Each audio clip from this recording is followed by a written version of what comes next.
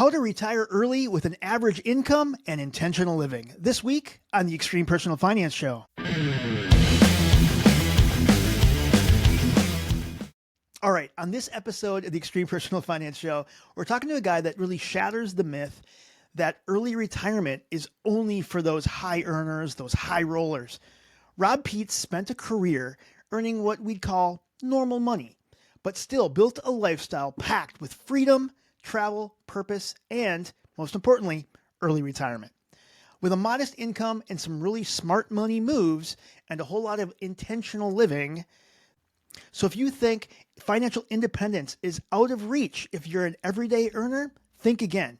All it takes is a six-figure mindset. So I'm here joined by Rob Pietz. Rob, how you doing, buddy? Hey, I'm doing great, Chris. Nice to see you. Not in Awesome. person Nice to this see you. time. I know, right? It's really cool. We get to meet in person typically once a month or so.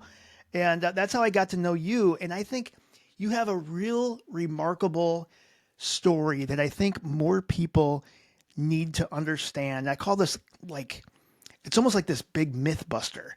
And Mhm. so your whole, I don't want to say your story or your mission, but really it's to show people that you don't need this massive six-figure income to retire early. And so I want to ask you, when did you first kind of realize that early retirement was actually like doable for you? Okay, thanks, Chris. You know what? I'm actually going to step back. I'm going to go into the Wayback Machine, and Okay. I graduated from college in 1991. And at that time, my goal was to retire at age 55. And also, I had a degree in accounting and economics. And I was thinking, I wanted to climb the corporate ladder.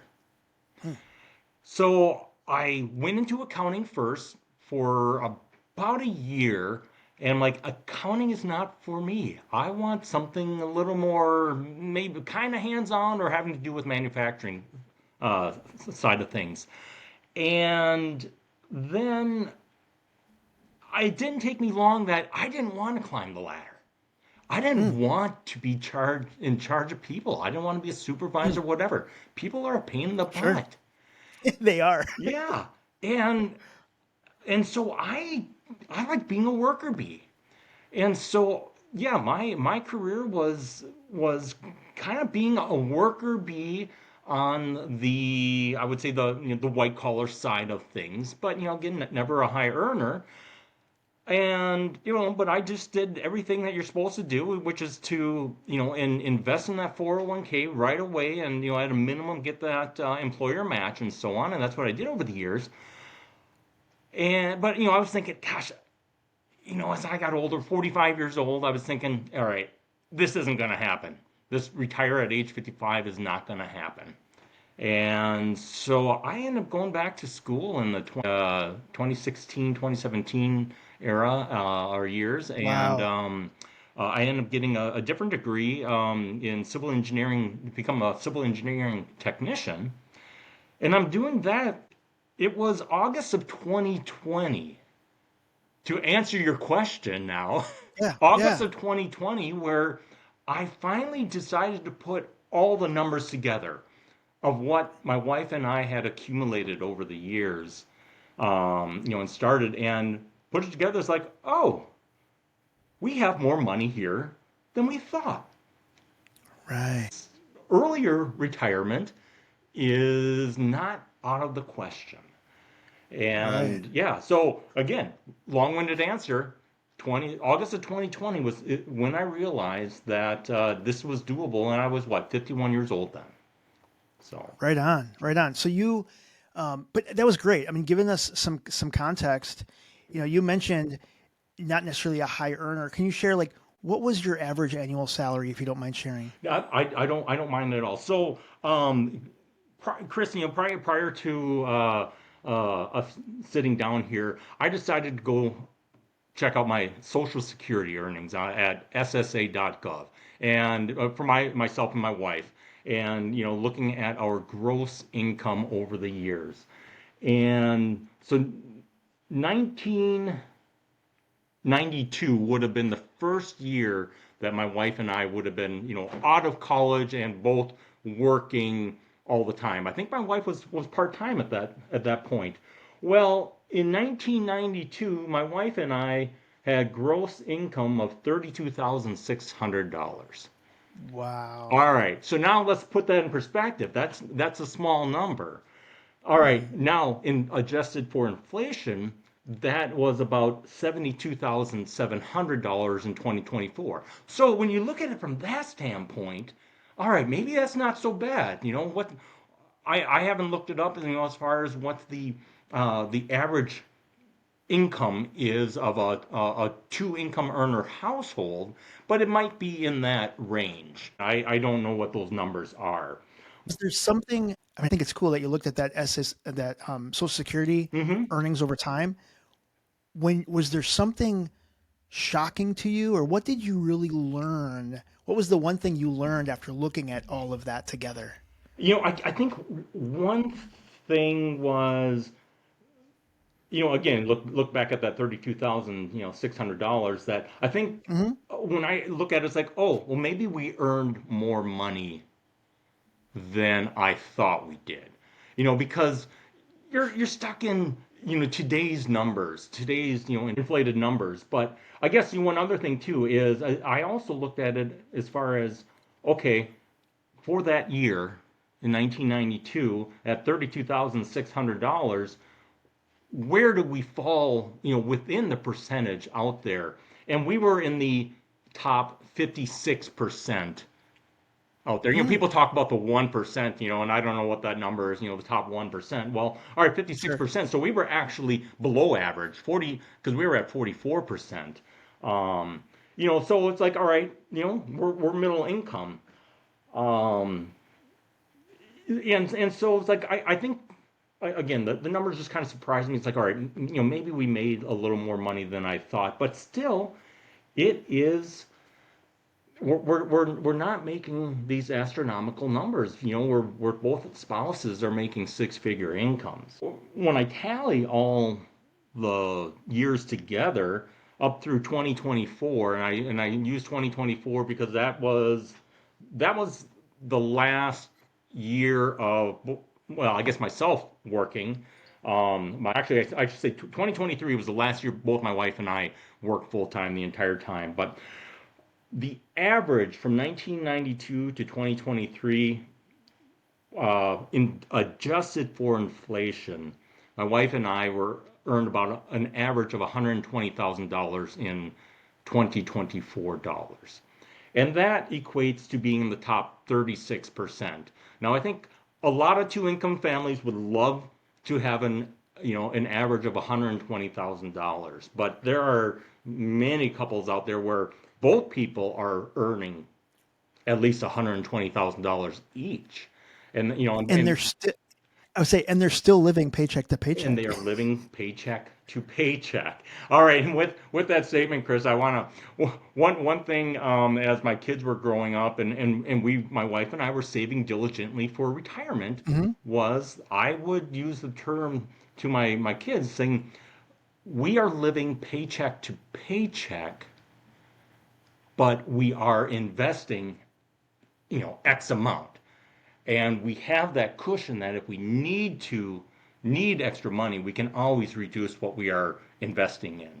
But it did kind of feel like, living paycheck to paycheck. But, even though we had all this money accumulating that we could Yep. use, you know, it, it, Well, I think that, it things felt tight. yeah, but I think it's so important that you prioritized paying yourself first. Like Yes. that's where you put, those investment dollars, and then you were living paycheck to paycheck. Yes. You know what I mean? Right, So right. I think that Exactly. Like you said, paying, you always hear it, pay yourself first. And so totally. that's what we were doing. Yes. Were there other like habits or decisions that made the biggest difference in living frugally? I mean, like you mentioned, I guess you kind of felt like things were tight. You were living paycheck to paycheck. Hmm. You were always kind of a frugal family. What are some things that you guys did to save money? We were living like the millionaire next door. Mm, where you would have no idea. I mean, like right now, we are both driving 10-year-old cars, sure. and we always, you know, we bought a car. Most of the vehicles over the years we bought new with the idea of A, handing them down to the kids, or B, we'll just keep driving them. And like my current car is pushing 190,000 miles on it, and actually it's about 9.5 years, so almost 10 years old. Hmm. Um, and it works great, and I see no reason to replace it, especially now that I'm not driving as much since I'm retired.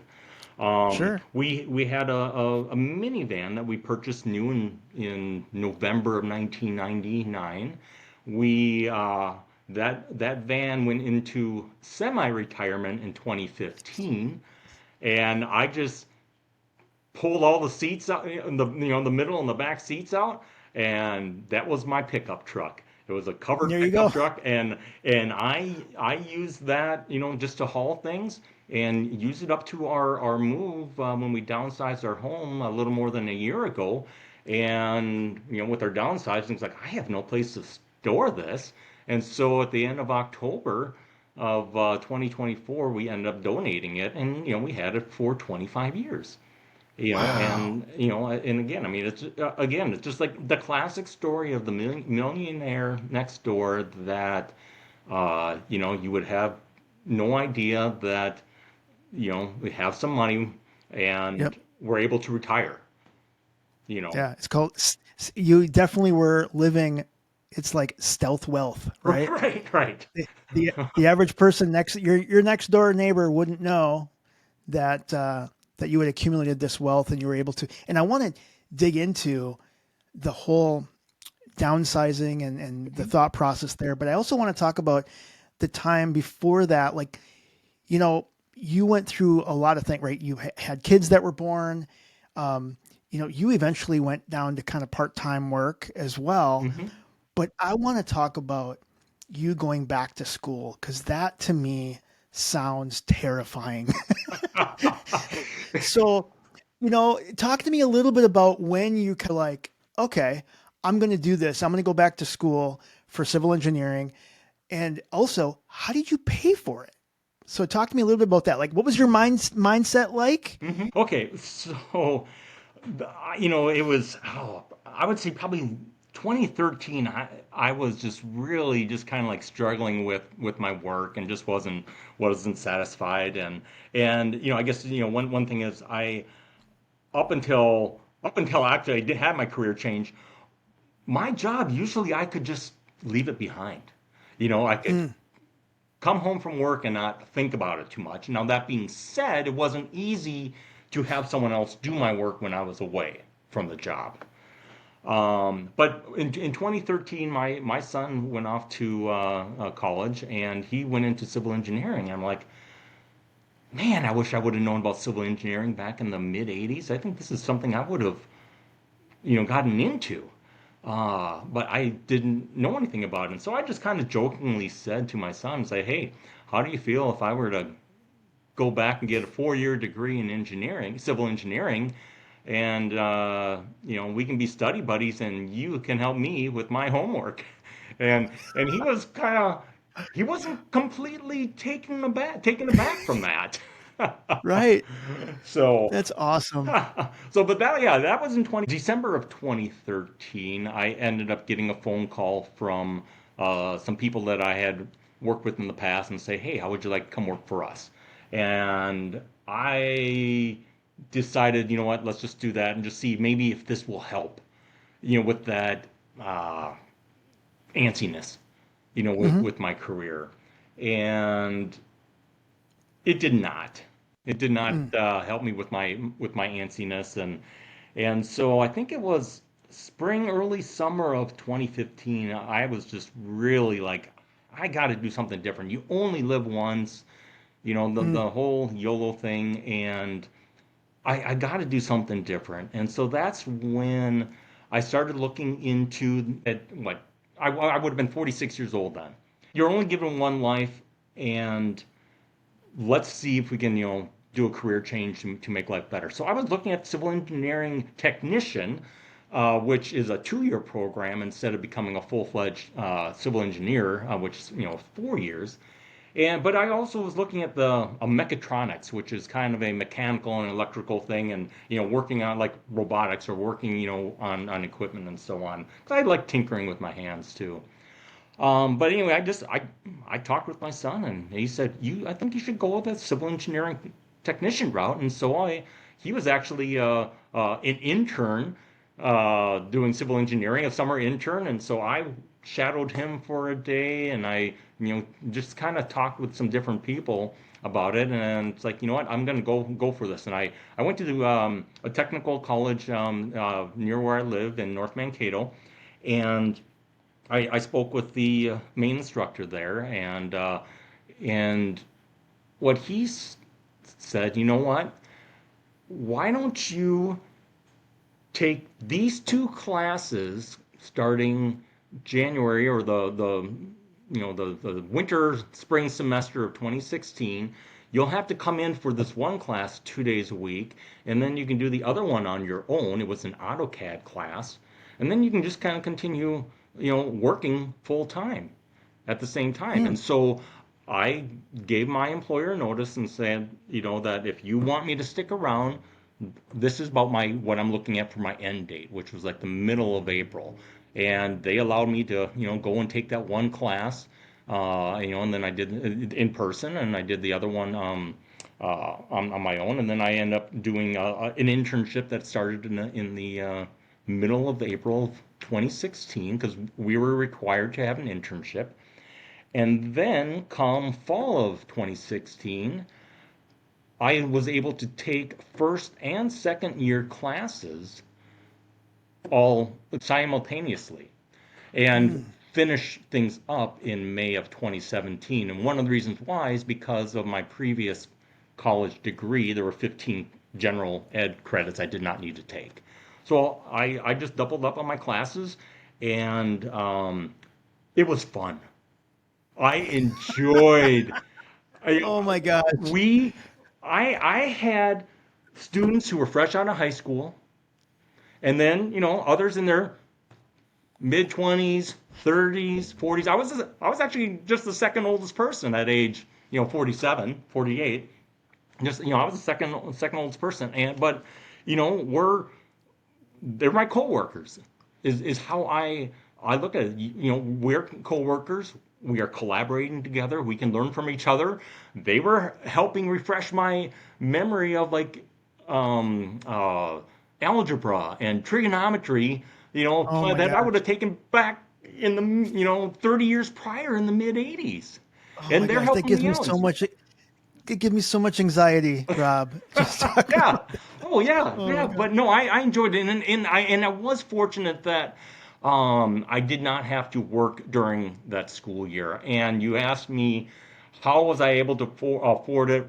Um, one something that really helped out was my mother did actually pass away in July of 2015, and the five children did get a a small amount.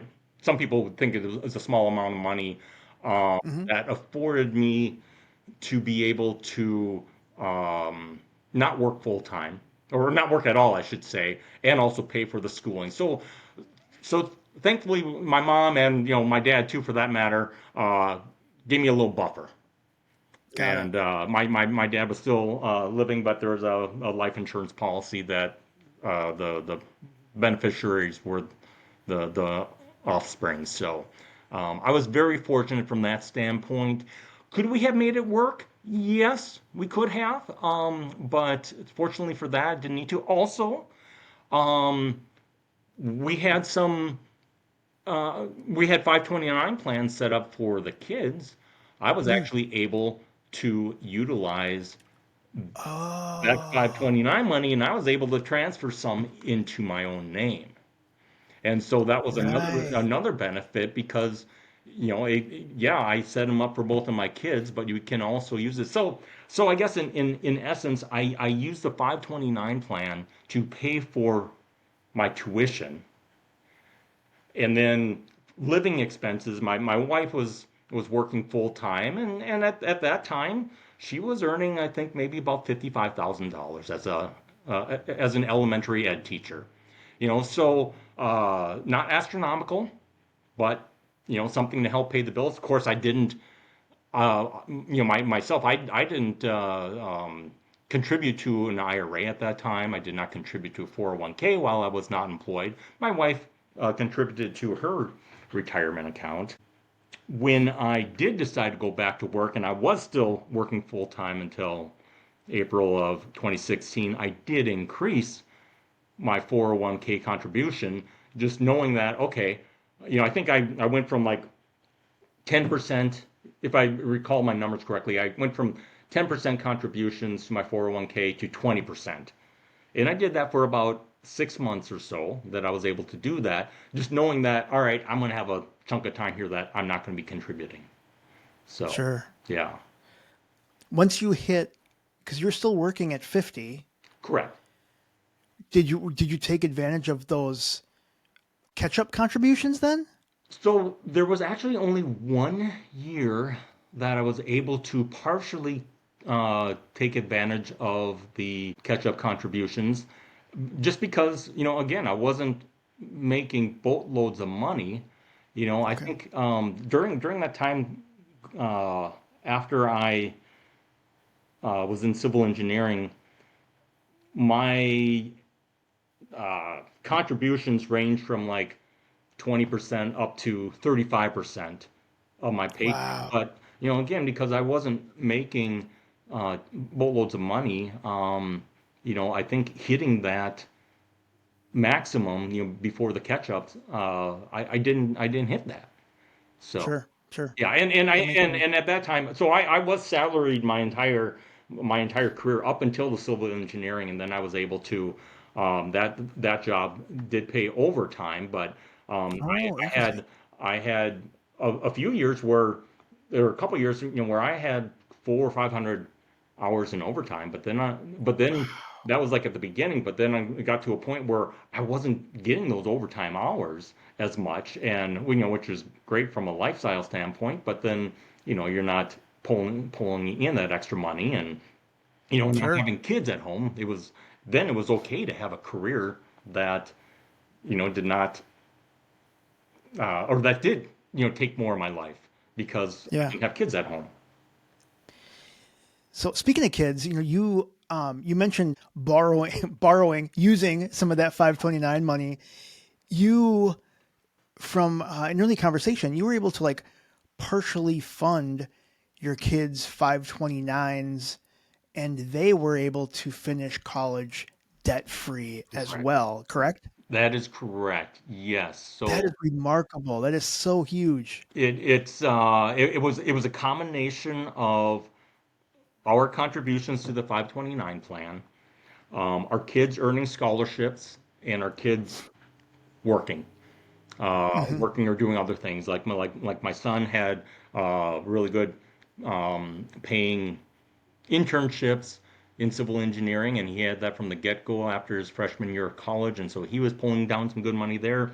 My daughter became an RA, resident assistant, and then assistant housing director. So anyway, she was able to get reduced or eliminated her housing expense and some, if not all, of her board, her eating expenses, and so that helped cut down on her costs. So, again, the combination between the whole family, we were able to make that happen and have some money left over, just a few $1,000s left over that we were able to uh, hand down to our daughter to give her a little start after college, and we took a little 10% penalty on the gains off about it wasn't $3,000 of gains, but Hmm. whatever that was. So it's like, yeah, there was a little penalty on it, but it didn't amount to much, and it was great having them be Right. debt free. Totally. I mean, it gives them such a leg up, Yes. getting started as a young adult. Do you think that entire time, you were earning a modest salary before you went back to school. You know, you had kids. Was there something that threw you off track? Was there like something that happened that were like, oh, we have to switch it up. We got to change something. Like, I don't know. Did you have an emergency fund that helped out? Just curious if something threw you off track.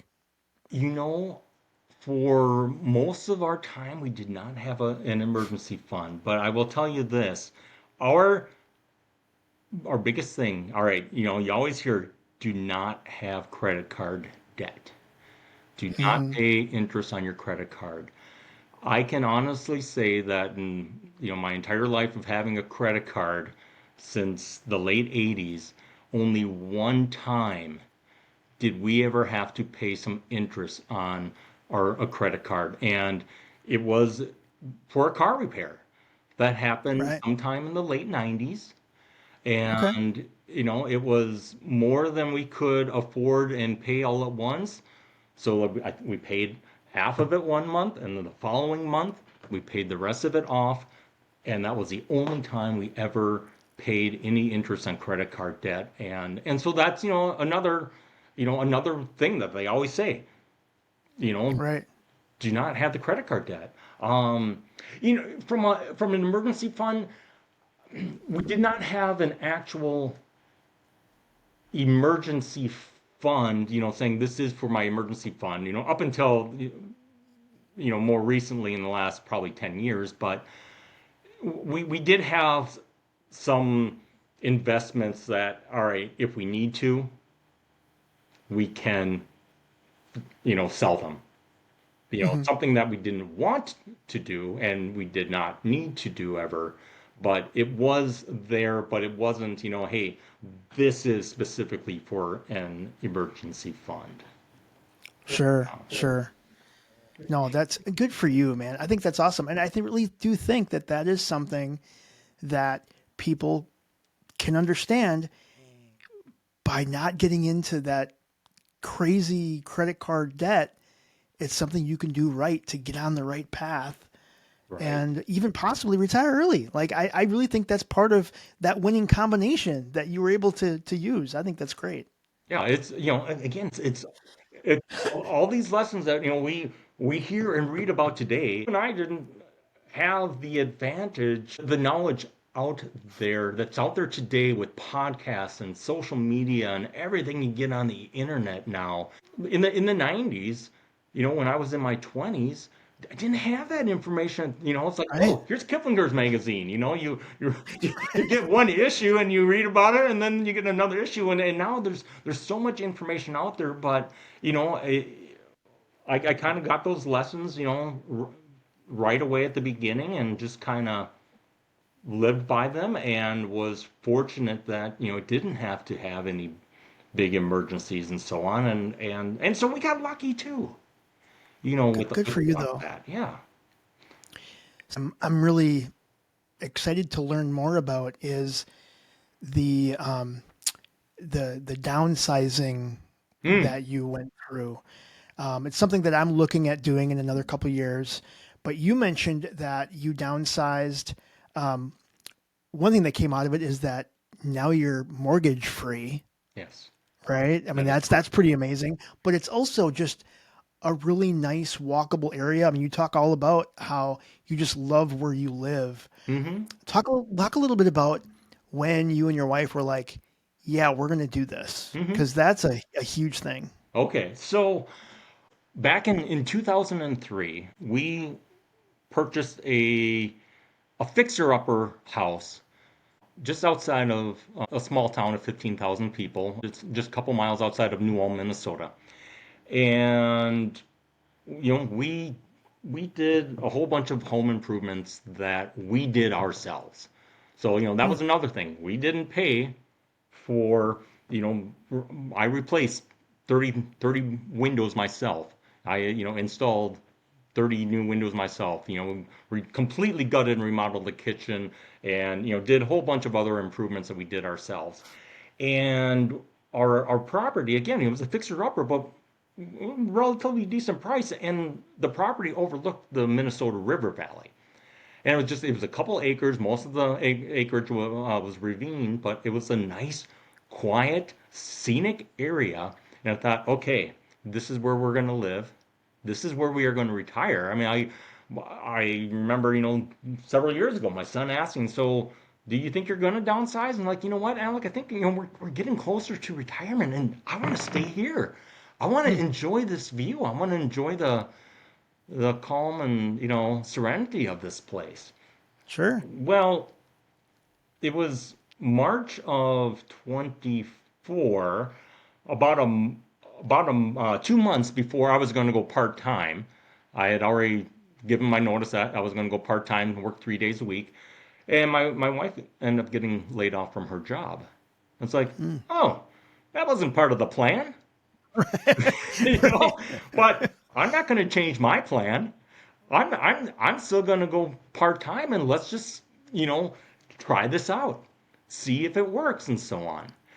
And I encourage my wife to not look for a job either and just saying, let's just see what happens here and see what life is like where I'm working 3 days a week, 3 days on, 4 days off, and you're not tied down to a job, and we can more or less do whatever we want, and let's just give it a Hmm. test run. And it didn't take long for us to like, you know what, let's just start looking, let's maybe look for a different place to live. And so we were looking in Mankato, St. Peter area, south of the Twin Cities, um, about a just a 30 minutes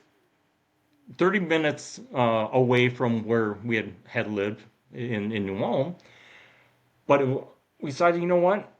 Let's look at this town of 12, 13,000 called St. Peter that'll bring us about 20, 25 minutes from where our son lives and about an hour and 5 minutes from where our daughter lives in the Twin Cities. And we ended up finding a place that is, like you said, in a very walkable neighborhood of St. Peter, um, that instead of overlooking the Minnesota River Valley, right now, as you and I are talking, I'm looking outside the window and I see a couple dumpsters. One is full of cardboard and one full of garbage. And right now, I don't see a whole lot of cars there, but we get a lot of cars and a lot of traffic because we have a couple of restaurants right by us that people frequent. And you know what? I love it. Do you really? I love the activity. It's definitely noisier, not at night, but during the day, and it's active. But yeah, we walk everywhere. I mean, we're within 2 blocks of one brewery. We're 4 blocks away from another brewery. Grocery store, 2.5 blocks. Another St. Peter Co-op, block and a half. I mean, so many different things. The post office is just right around the corner on the same square block as us. I mean, it's just Wow. everything is there, and we just love being able to, to walk to so many different places and or jump on our bikes. And then one thing that we couldn't do so easily or so comfortably when we lived out in the rural area was taking our dog on a walk. Well, now we try and take our dog out on try to do two walks a day, ranging from a mile to 3 miles, each time, and we're just walking all the different neighborhoods and stuff, and yeah, just loving it. And then Right. again, the proximity to to the Twin Cities and to some other amenities, it's just really nice. Yeah. Sure. So was it part of the, so once you decided that you're going to move, was it doing the math, building a plan, knowing that you did all this rehab to your house hmm and how much equity you were going to get from that house, like working the numbers? Was that part of the plan? Yes, yes, that was. I mean, I ideally, we wanted to find a home that was less expensive than where we had been living, and we did find that. And again, we were able to get rid of our mortgage. But in addition to that, our homeowners insurance is lower. Our Mm, sure. property taxes are lower. Still kind of looking at the numbers, as far as, how much we are paying for utilities and all of that, because where we had lived rurally, you know, we had to pay a road maintenance fee, and we had some other things. So, the bills were kind of different. We had propane and so on, but also, our home is close to 100 years old, and the the windows here are original, or I should say were original up Hmm. until about 2 months ago. And Oh, so now we have replaced all the windows, and so we, even though we've been in here for a year, we don't have a good true number on our utility expenses, just because our windows are, less drafty. And so I would anticipate, our natural gas consumption in the wintertime is going to go down, and our electricity consumption should go, down come, during the hot months. So, sure. but, and then we're not like completely apples to apples, with the expenses, but you can still kind of group everything together. It's like, all right, we still need these to live. But Right. yeah, so And when you we say down, downsize our home, and we downsized our money going out too. sure. So downsize, just out of curiosity, going from what square foot to what square foot? Our previous house was also actually about the same age as what we have here, but with the basement, it was, I think, over 3,500 square feet, down to, uh, I want to say closer to 2,000 square feet with where we are at. Okay. I mean, there's definitely some sacrifices, and, some things like, oh, we really miss this and we really miss that and so on, but we've gotten used to it, and we just really love it here. Yeah. That's awesome. Mm-hmm.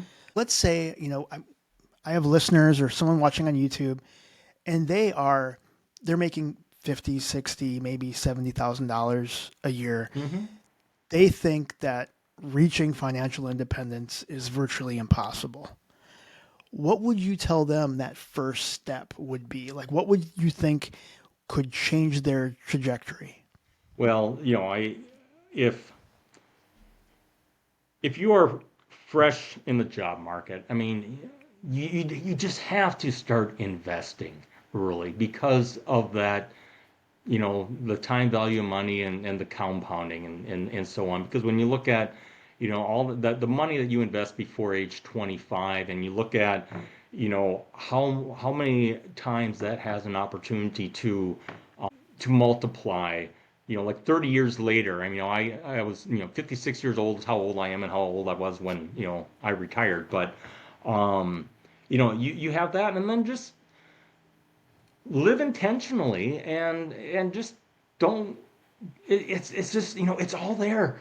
Don't live beyond your means, and pay yourself first. Don't try to impress people with what you're wearing, what you have, what you are driving, where you are living. It's those short term are going to cost you. Totally. Yeah. Yeah. The little dopamine hit Yeah. from There you go. oh, this is something new and shiny. Well, you know what? It's not going to be new and shiny next week. Right, right, exactly. I Yeah. mean, like talking about our 10-year-old cars, or our Yeah. 25-year-old minivans. Like, oh, it's like, oh man, this is great, and you're thinking, it's like, oh, you ordered it or whatever, and can't wait for it to come in, or can't wait to drive it, and then Sure. it doesn't take long for, yeah, it just wears off, and it's something that you're driving. I mean, you're just to get from point A to point B, Right. and Right. you I think know, that's so important. I think it's so important too what you said about, those dollars invested before 25 are so valuable. hmm If you look at that, the hockey stick, the oh compounding yeah, graph, right? It's yeah. just crazy. So, I mean, with that being said, what do you think the average household, I guess, misunderstands most about building wealth? I think especially like at the beginning, you know, you're not really seeing that growth. I mean, Oh, like, sure. it's like, yeah, I've got $10,000 in my 401k and it went up 10%, and now I have $11,000. Woohoo. Right. It's so hard, right? Yeah, woohoo. But then it's like, all right, now we're at 100,000 and it goes up 10%. That $10,000, that's a little Yeah. better. But when you do start getting in, the seven figures, that 10% up and that 10% down, you Yeah. really notice. You really notice. Yeah. Absolutely. Okay, so What? so Yeah. all right, let's put another thing into perspective. I it was about a year ago at this time that I gave notice to my employer that I was, going from that I wanted to go from working 3 days a week to working 0 days a week.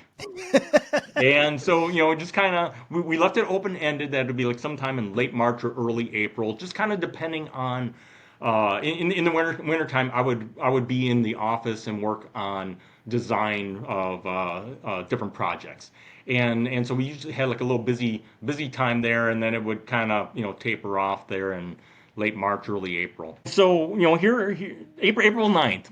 Then at some point we decided, all right, April 9th was going to be my last day of work.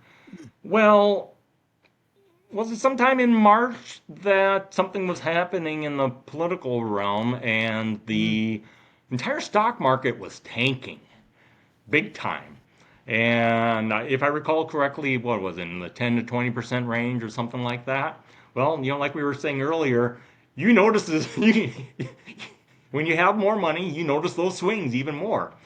And I'm going to be like, no, I'm not going to make this change, good for you. change things. Yeah. It's like, because my dad passed away at age 101. If I live as Mm, long as he lived, that's another 45 years. I'm going to be wow. seeing ups and downs for the remaining Sure. 45 years. And just like I have seen them, in the previous 56 years. The Great Recession. I remember talking with a coworker. It's like, oh, do you think you're going to be pulling your money out of the market? And I'm like, no, I'm going to see if I can, increase another percent or two. That's right. Things are on That's right. sale, and it's like, no, just that's the other thing. Stay the course. Don't freak out. Yeah. I didn't freak out at in March of this last year. And in fact, I'm like, you know what? I got a little extra money that I kind of had set aside Hmm. for living on. I decided to put another $10,000 into the market when it was down. It wasn't at the bottom, Right. before things started going up again, but it was down. And and then I took some profits out just a few weeks ago. I did some profit taking, Hmm. um, and because I need some cash to live on, because you don't know what's going to happen with the market. I took some profits, and now in the last week or two, things are down again. I had a target of, all right, here's my principal amount. This is what I invested. Here are the profits. I'm going to take those profits. I'll put it back down to what I put in. Well, Hmm. now I'm below that, but that's okay because I Right. took my profits out. This is why I did it, because you never know if it's going to be down. Right. So Right. now it's in a high yield savings account, and it gives Yep. me something that I can live on here, because that's what you have to have those plans, because you don't want to be selling when things are down. Yep. Yep. You were buying the dip. Buying the dip, yes, exactly. So what are things that you did? I mean, over the years, your income did go up. Yep. What are some things that you did to help avoid that lifestyle creep? I mean, or did it creep in a little bit? I mean, I would say overall, I mean, no. Both my wife and I, are frugal by nature, and that's how we both grew up. Hmm. I mean, yeah, there are probably times where, yeah, maybe would have been nice, or maybe I didn't need this or need that, but it's again not expensive stuff. our cars are economical cars that we've always purchased, and um, our in some ways we had some lifestyle creep when I look at the the fixer upper house that we were in for 21 years, where we refinanced a couple times to take some money out to put it back into the house, to remodel our Mhm. kitchen and some of the other things. And so our mortgage payment, you know, went up because, we're cashing out Mhm. some money here. So that in one way was some lifestyle creep, but again, it was also, well, there's debate as far as whether a home is an investment or not. But we were putting in our house. We weren't taking it out to buy a car. Right. And then of course over the years too. I mean, you look back. Well, how much in 2003 when we bought that house? Well, what were we paying in property taxes? What were we paying in homeowners insurance? Well, it was a lot less back then, because all that Sure. goes up too. But no, overall, we avoided the lifestyle creep. Another tip I would give to people is to try and do some more traveling. Yes, we did some traveling, but not as much as I think we would have liked to during those years. We are making up for it now. Once we retired, we're making up with the traveling, and that's another thing too, Chris. I was at on Sunday. I was at a Twin Cities personal finance meetup with some people, and someone had brought up, as far as, well, hey, this is my situation. I'm just wondering if I can downsize my career, downsize my income, and so on. And it came up as far as, well, how and why did you, Rob, figure out that it was okay to retire? And I Mhm. said, one thing I said and brought up is at age 56, this is the youngest I'm going to be right now. And right now our numbers look good, and my wife and I are looking at taking Social Security at age 70. That being said, if things get bad, if the market really tanks, whatever, we can always move up that date for Social Security. We can always go back to work part time or full time doing something, maybe making a lot less money than what we have been, but still making some money. But we are not going to get these younger years back. And, they call these your go go years. I mean, these are where we are going to be traveling, more now, because there's going to be a point, whether if it's 65, 75, whatever, where our traveling is going to be going down, and our consumption, our the dollars money going out is going to be lower than too. But you know, today is the youngest I'm going to be for the rest of my life. Right. Exactly. Exactly. So, what's next for you? What do you have coming up? I mean, you said you're now go-go years. Yes. You got like travel coming up. What are you doing? All right. So, in October, my wife and I went on I think a 12-day excursion. And we went on, and most of that time was on a cruise in the East Mediterranean, starting from Venice, Italy, and taking us all the way to Turkey. And we did that with some of my family members, and that was our first time, my first time on a cruise, and our first time in Europe, and that was great, and that was tiring. And we have our next big trip that we have going on is a river cruise to the Netherlands and Belgium. And that Mm, is with Five Friends Travel, a group. So there's going to be some other people from the personal finance community out there from the United States, and maybe outside of the United States too, that are all going to be on the same cruise. And what I've heard is about 37 of us, and so that's our next big travel. Uh, this Thursday we're driving down to Mississippi. We have a wedding, and when some friends, some good friends of us who live in the Twin Cities, but their daughter is getting married in Mississippi, and they say, "You think you could come?" I was like, "Yeah, we'll go road trip." And we're making it a road trip. We have that ability to, yeah. we're driving down we're leaving on Thursday. The wedding's on Saturday. We're gonna head up to Nashville. I'm gonna see a high school friend up in Nashville, and then we'll head home. But hitting a couple places. I've never been to Nashville, and just kind of enjoying life there. And then the other things too is just kind of usually doing the usual things that people talk about with retiring, and we're doing volunteering and kind of figuring things out as far as what we want to volunteer with, and one of that is myself, and along with some others around here will be starting a personal finance meetup group in for southern Minnesota in Mankato. Is where we're going to be That's doing those awesome. meetups, and that's going to be something, as there's some time involved with that, but also some camaraderie and some fun involved and such. So yeah, along with the other volunteering that I'm doing now, and have kind of lined up here for the future. So That's great. I'm so excited about what you're doing and what's to come.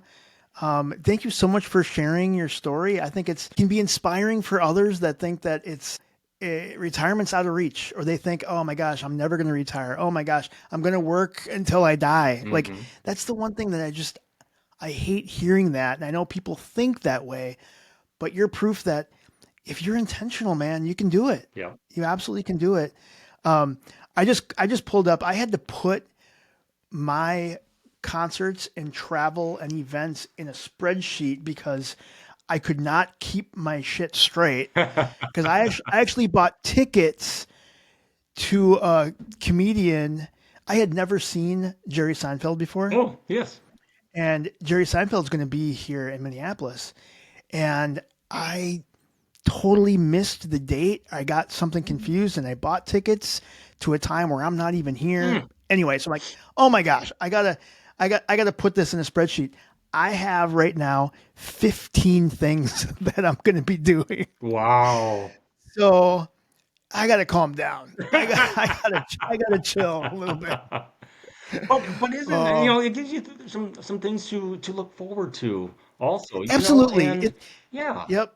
I Well, and that's the thing. I think it's one of those things where it is where now when there's an event or something I want to do, I don't have to worry about a work conflict. yes, yes, It's amazing how freeing that is, absolutely. for sure, for sure. Well, Rob, thank you so much for your time today. I really do appreciate it. I want to thank everyone out there for listening wherever you get your podcasts and watching on YouTube. Please like, subscribe, share with your friends. Thanks, buddy. We will see you next time on the Extreme Personal Finance Show. See ya. See ya.